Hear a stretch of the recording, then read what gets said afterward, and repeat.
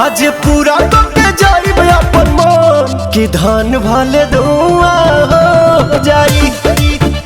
आज पूरा करके जाई अपन मन कि धान भले धुआं हो जाई।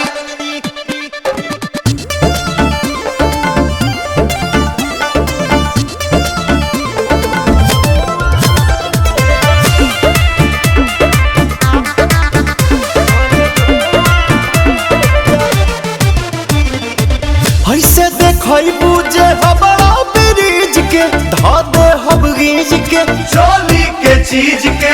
अरे की बोलছো তুমি? अरे तोरी माँ हर नाच देखे आइल बड़ो देखा बैठ के ढेर जोनी बोलो बापू हम से बैठ के मजाला अब ही टाइट मजा वाले पाछे पूरा हो जाई। हाँ तो बतिया मान ले आज पूरा करके जाई अपन मन कि धान भले धुआं हो जाई। आज पूरा करके जाई अपन मन कि धान भले धुआं हो जाई।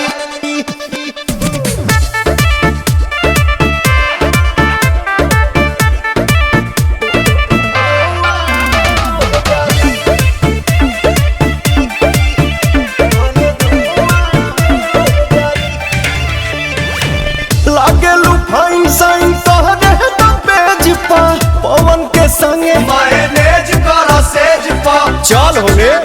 अरे छोड़ो ना ढेर जाना गइले या ढेर जाना गइले अरुण बिहारी मन पूरा नहीं कहिले हमरा पीछे प्रियंशु बोलो फुबा हो जाई। आज पूरा करके जाई अपन मन कि धान भले धुआं हो जाई। आज